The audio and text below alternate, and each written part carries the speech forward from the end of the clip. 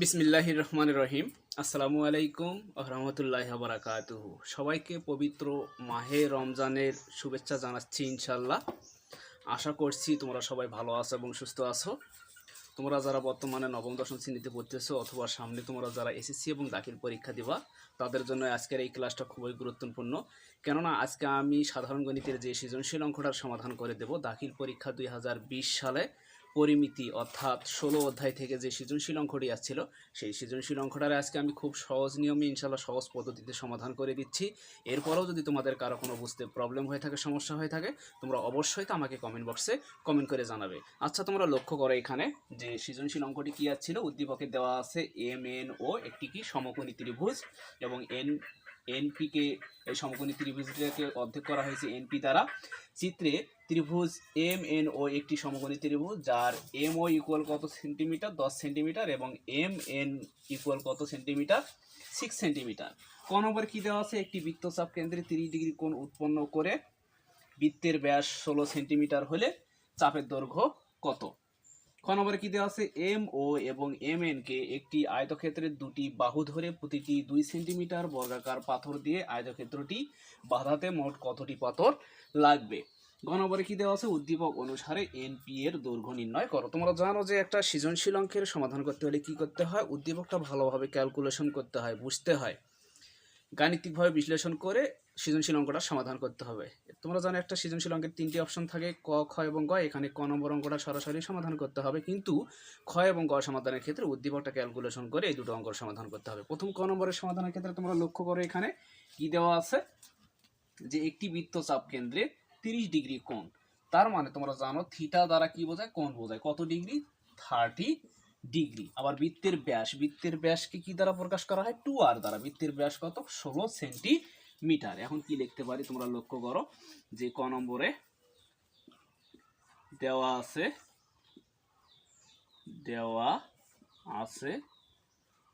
কি দেওয়া আছে, যে বৃত্তচাপ কেন্দ্র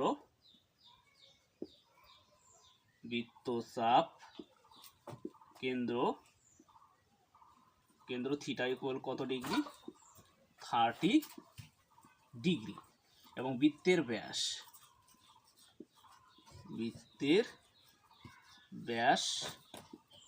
ব্যাসকে কি দ্বারা প্রকাশ করা হয়? 2r ইকুয়াল কত? 16 সেন্টিমিটার। তার মানে বৃত্তের ব্যাসার্ধকে কি দ্বারা প্রকাশ করা হয়? r দ্বারা প্রকাশ করা হয়। এখন কি লিখবো? বৃত্তের ব্যাসার্ধ আর ইকুয়াল কি লিখতে পারি? 16 ডিভাইডেড কত? 2। কেননা এখানে ব্যাস কত? 2r, এখানে আরটা গুণ অবস্থা আছে, এখানে যা কি হলো? ভাগ হলো। অথবা ব্যাসার্ধকে ভাগ করলে ব্যাসকে 2 দ্বারা ভাগ করলে কি পাওয়া যায়? ব্যাসার্ধ পাওয়া যায়। আর 2 কোণে 16, তার মানে কত? 8 সেন্টিমিটার।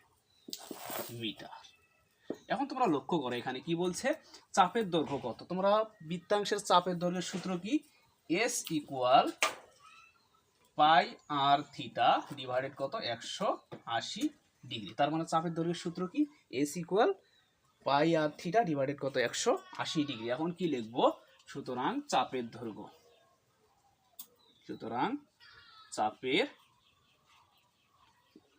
বৃত্তাংশের চাপের দৈর্ঘ্য লিখতেছি, বেশি ভালো হবে। বৃত্তাংশের চাপের দৈর্ঘ্য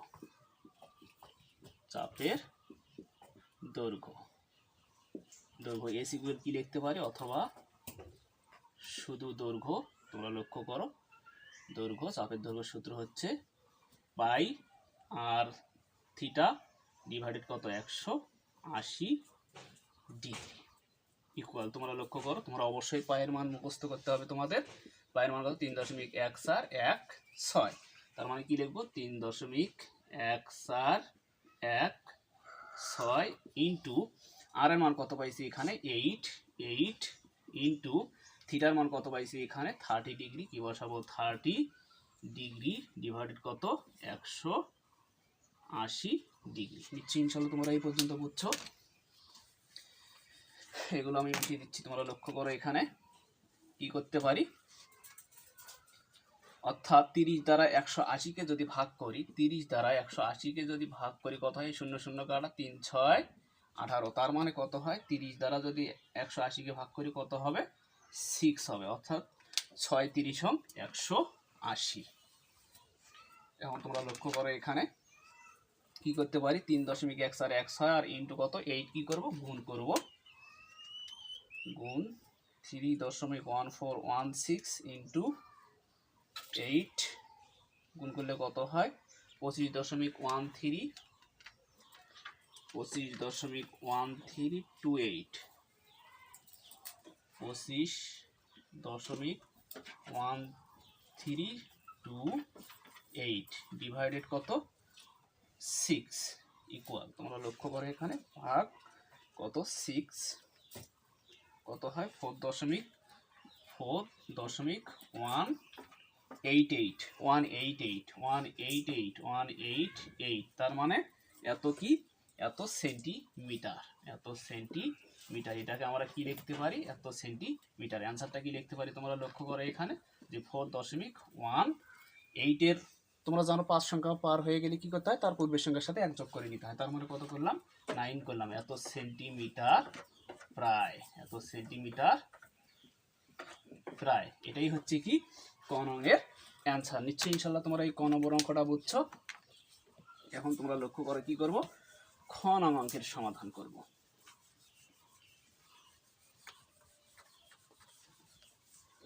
খ নং অঙ্ক কি দেওয়া আছে যে MO এবং MN কে একটি আয়তক্ষেত্রের দুটি বাহু ধরে, তার মানে কি লিখবো খ নম্বরে তোমরা লক্ষ্য করো যে উদ্দীপক হতে পাই, উদ্দীপক হতে কি পাই তোমরা লক্ষ্য করো, উদ্দীপক হতে পাই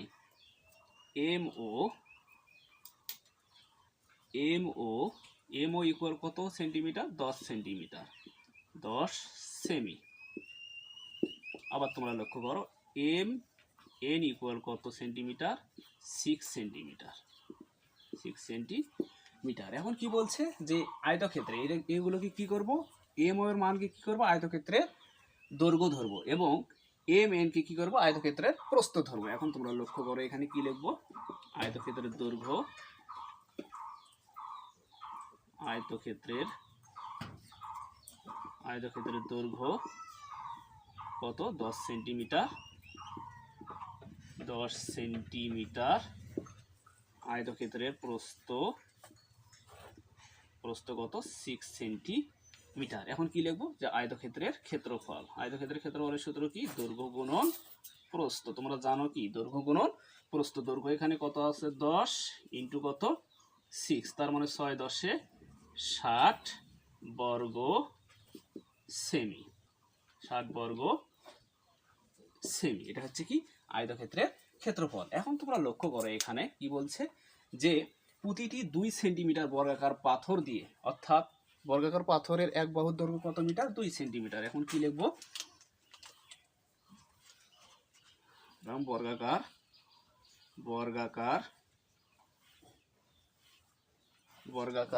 তোমরা লক্ষ্য করো বর্গাকার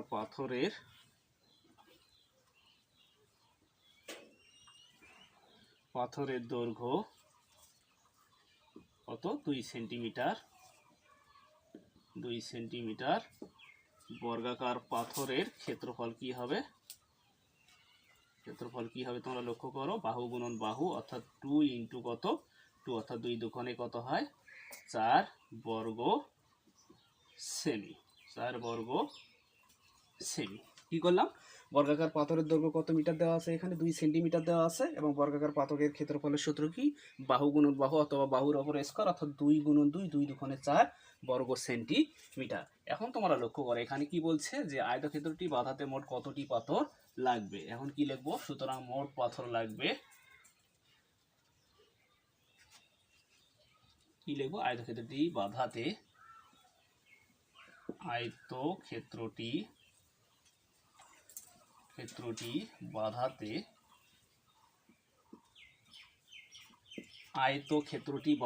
মোট পাথর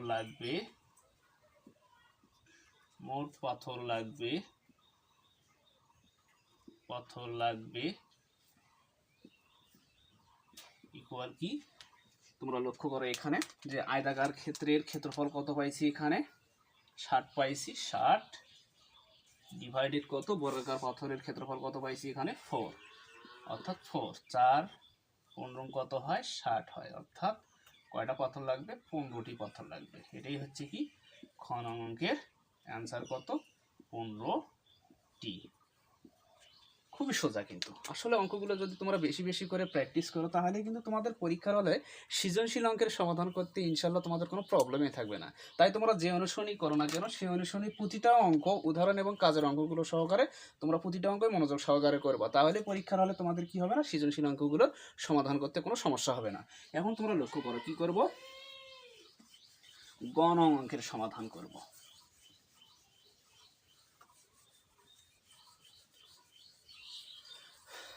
তোমরা লক্ষ্য করো এখানে যে গ নম্বরে কি বলছে, উদ্দীপক অনুসারে এনপি এর দৈর্ঘ্য নির্ণয় করতে বলছে।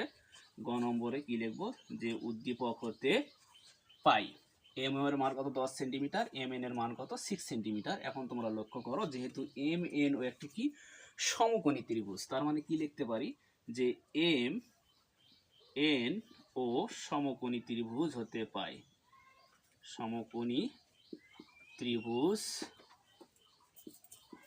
হতে পাই। কি পাই তোমরা লক্ষ্য করো, এটাকে আমরা কি বলবো, লম্ব বলবো, এটাকে বলবো লম্ব, এটাকে বলবো ভূমি, এটাকে বলবো কি অতিভুজ। তার মানে পিথাগোরাসের একটা উপপাদ্য আছে, তোমরা জানো যে লম্ব স্কয়ার প্লাস কত, ভূমি স্কয়ার ইকুয়াল কত, অতিভুজ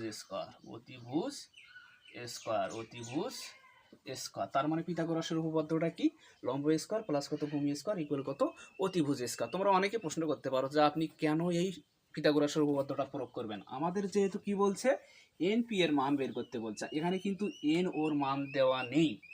এন ওর মানটা বের করতে হলে অবশ্যই আমাদের কি করতে হবে, পিথাগোরাসের উপপাদ্য প্রয়োগ করতে হবে। তার মানে তোমরা লম্ব কত, এখানে তোমরা লক্ষ্য করো লম্ব হচ্ছে এম এন স্কয়ার প্লাস কত, ভূমি কত, এন ও স্কয়ার ইকুয়াল কত, অতিভুজ কত, এম ও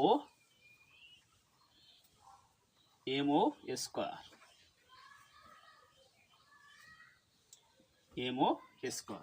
এখন তোমরা লক্ষ্য করো যেহেতু আমাদের কি করতে হবে, এন ওর মান বের করব, এন ওটাকে বামে রাখবো, এন ও স্কয়ার ইকুয়াল কত, এম ও স্কয়ার। এখানে এম এনটা কি অবস্থায় আছে, যোগ অবস্থায় আছে, সমানের অবশ্যই গিয়ে কি হবে, বিয়োগ হবে, মাইনাস কত, এম এন স্কয়ার, বা তোমরা লক্ষ্য করো এন ও স্কয়ার ইকুয়াল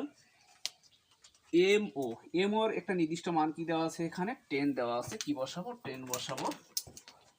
তোমরা লক্ষ্য করো এখানে 10 বসালাম, আবার কি দেব, বর্গ, মাইনাস এম এন এর একটা নির্দিষ্ট মান আছে কি এখানে 6, আবার কি দেব, বর্গ। নিশ্চয়ই ইনশাআল্লাহ তোমরা এই পর্যন্ত বুঝছো। এখন তোমরা লক্ষ্য করো, বা এন ও স্কয়ার ইকুয়াল 10 উপর বর্গ মানে 10 ইন্টু 10, তার মানে 10 10 কত হয়, 100। তার মানে কি লিখবো এখানে 100 মাইনাস 6 6 কত হয়, 36 হয়। বা এখন তোমরা লক্ষ্য করো এন ও স্কয়ার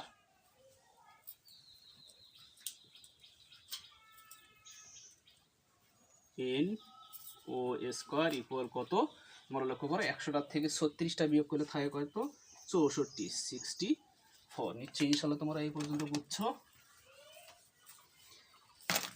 এখন তোমরা লক্ষ্য করো এখানে, বা সমানের পাশের বর্গ সমানের পাশে গিয়ে কি হয়, বর্গমূল হয়, এন ও ইকুয়াল কত, 64 রুট ওভার, বা এন ও ইকুয়াল কত, 64কে বর্গমূল করলে কত হয়, 8 8 64। তার মানে সুতরাং এন ও এর মান কত পাইলাম, 8 সেন্টিমিটার। এই এন ও এর মান কত পাইলাম, 8 সেন্টিমিটার। নিশ্চয়ই ইনশাআল্লাহ তোমরা এই পর্যন্ত বুঝছো। এখন তোমরা লক্ষ্য করো এখানে কি করব, সুতরাং এখন তোমরা লক্ষ্য করো এম ও এন এর কি বের করব, ক্ষেত্রফল বের করব। ত্রিভুজ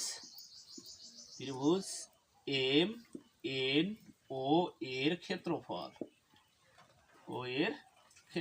তার মানে ক্ষেত্রফলের সূত্র কি, হাফ গুণন ভূমি গুণন উচ্চতা, হাফ গুণন ভূমি। তার মানে এখানে ভূমির মান কত পাইলাম, এখানে এন ও, হাফ গুণন ভূমি গুণন উচ্চতা, তার মানে উচ্চতা কত হবে mn।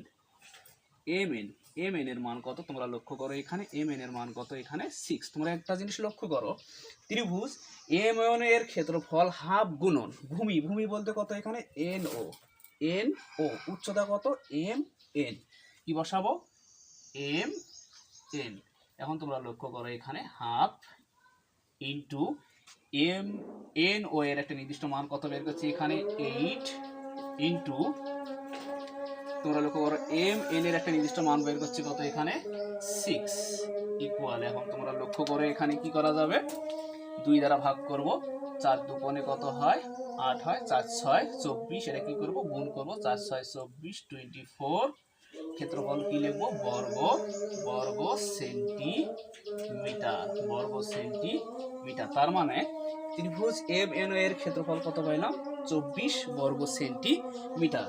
এখন তোমরা লক্ষ্য করো এখানে কি করব, এগুলো আমি মিশিয়ে দিচ্ছি। লক্ষ্য করো এখানে যে m1 এর ক্ষেত্রফল অর্থাৎ ত্রিভুজ আবার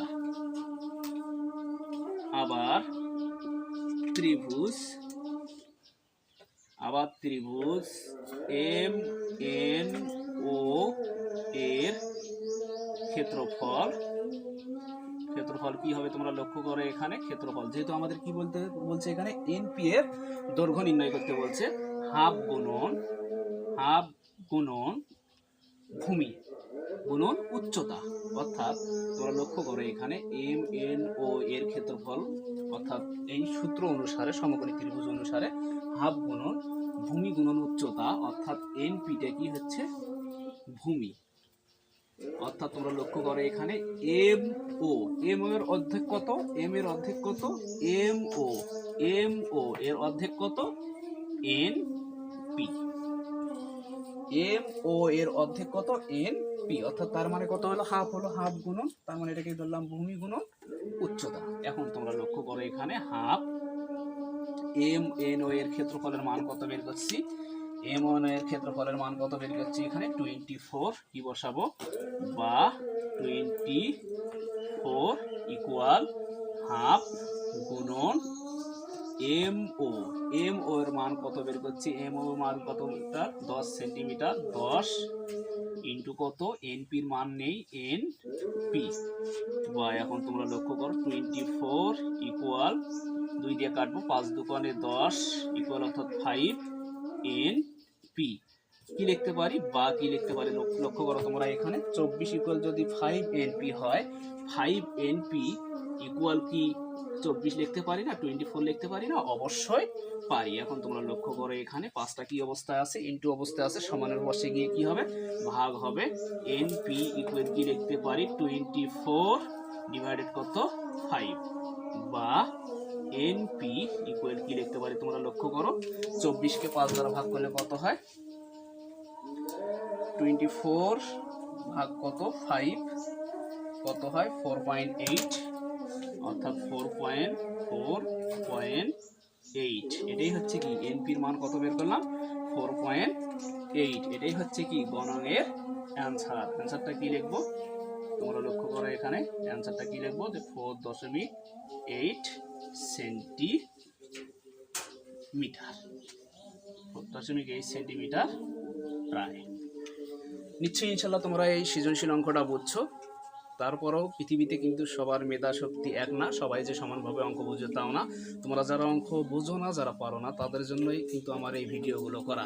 তোমরা বেশি বেশি করে এই সৃজনশীল অঙ্কগুলো এবং প্র্যাকটিস করবা প্রতিটা বোর্ড অনুসারে, তাহলে কিন্তু দেখা যাবে কি তোমরা পরীক্ষার হলে গিয়ে এই আঙ্গিকেই কিন্তু সৃজনশীল অঙ্কগুলো কমন পাবা। সর্বশেষ কথা হচ্ছে, আমার এই ভিডিওটা দিয়ে যদি তোমাদের কিঞ্চিত পরিমাণ কোনো উপকারে আসে, তোমরা অবশ্যই আমার এই চ্যানেলটাকে লাইক, কমেন্ট এবং সাবস্ক্রাইব করবা। তোমরা তোমাদের পরিবার পরিজন আত্মীয় স্বজন সবাইকে নিয়ে সব সময় ভালো থাকো, সুস্থ থাকো, আমি আল্লাহর কাছে এই কামনাই করি। আজকের মতো এই পর্যন্ত, দেখা হবে ইনশাল্লাহ পরের ক্লাসে। আল্লাহ হাফেজ।